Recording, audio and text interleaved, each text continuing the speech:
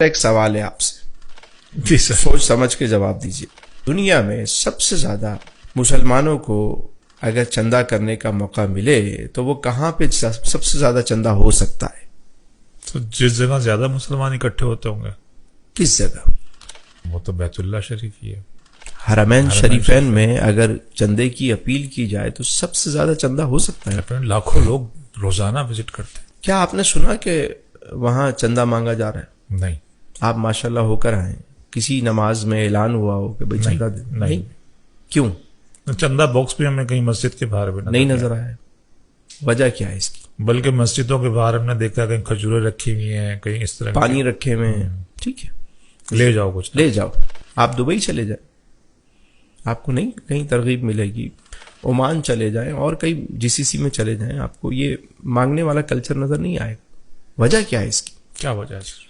دیکھیے، حرم شریف کے سامنے نا جو کلاک ٹاور بنا ہوا ہے، جی جی، اس کلاک ٹاور کے اوپر ہی لکھا ہوا ہے، اس کے مین گیٹ پہ آپ دیکھیں گے لکھا ہوا ہے وقف فی الحرم.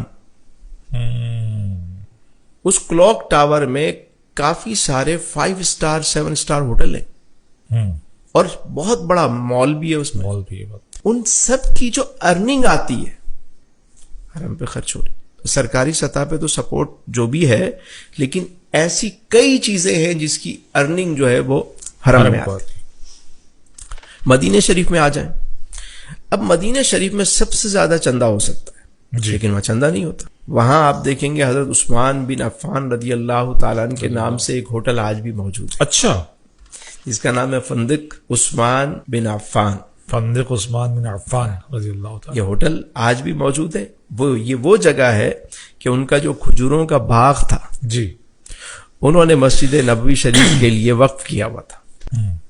تو صدیاں گزر گئیں، آج وہاں پر ہوٹل تعمیر ہے اور اس ہوٹل کے جو پیسے ہیں، جو ارننگ آتی ہے، وہ حرم پہ خرچ ہوتی ہے. اور اس طرح کی کئی عمارتیں وہاں پر ہیں، کئی انڈسٹریز ہیں کہ جس کے پیسے حرم میں آتے ہیں.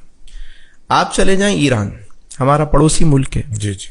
وہاں امام علی رضا رضی اللہ تعالیٰ عنہ کا روضہ ہے. اعتراف میں جتنے ہوٹل ہیں، 5 اسٹار ہوٹل بھی ہیں وہاں، وہ سب ملکیت ہے اس ٹرسٹ کی اور ان سب کی ارننگ وہاں آتی ہے. اچھا. یعنی اتنا فنڈ جمع ہوتا ہے، جیسے ہی فنڈ جمع ہو گیا انہوں نے کوئی اور پراپرٹی خرید لی، کوئی اور چیز خرید لی اور اس کو وقف کر دیا روزے کے لیے. اس سے کیا ہوا؟ آپ کے ایسٹ بڑھتے چلے گئے، انکم بڑھتی چلی گئی، پیسہ جمع ہو گیا، پھر کوئی چیز خرید لی، اس کو وقف کر دیا آپ نے. جی. ہم ادارے تو بناتے ہیں لیکن سورس آف انکم جنریٹ نہیں کرتے. ایسا ہی ہے. اب کیا ہوا؟ ادارے بڑھتے جا رہے ہیں، سورس ہے نہیں. ایک ہی سورس ہے کہ ہم نے مانگنا ہے. اب خرچے بڑھتے جا رہے ہیں. ابھی کیا ہوا؟ جب کووڈ آیا تو سب سے زیادہ وہ ادارے متاثر ہوئے کہ جو چندہ بیس تھے، کیونکہ ہر چیز بند ہو گئی. اب کہاں سے کوئی انکم آئی؟ ادارے متاثر ہو گئے. لیکن یہ ایک میسج تھا بہت بڑا، ہم نے اس سے بھی سبق نہیں سیکھا. ٹھیک ہو گیا بھئی آپ اتنے ادارے بنا رہے ہیں تو ساتھ میں کچھ سورس آف انکم تو ساتھ میں جوڑیں. کوئی شادی ہال کھول لیں، کوئی ہوٹل کھول دیں، کوئی انڈسٹری کے لیے جگہ لے کے اس کو رینٹل پہ کر دیں. آپ کو مطلب انکم آتی رہے. آپ کے خرچے بڑھتے جائیں گے تو رینٹ بھی بڑھتا چلا جائے گا. ٹھیک ہے، ہم یہ نہیں کرتے. سر وہ کہتے ہیں کہ وہ مطلب چندہ مانگنا جو ہے نا وہ اسلامی طریقہ یہی ہے.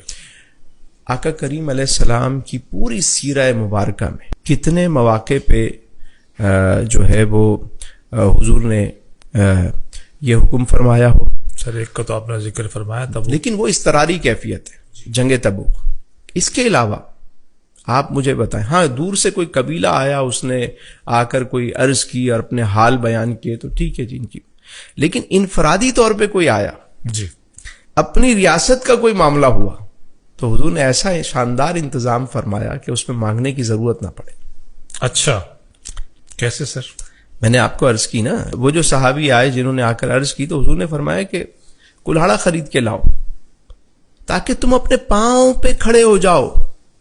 یعنی اسلام یہ پسند کرتا ہے کہ تم مچھلیاں لا لا کے نہ دو، اسے مچھلی پکڑنے کا طریقہ سکھاؤ. واہ واہ. اسلام یہ چاہتا ہے کہ لینے والا دینے والا بن جائے.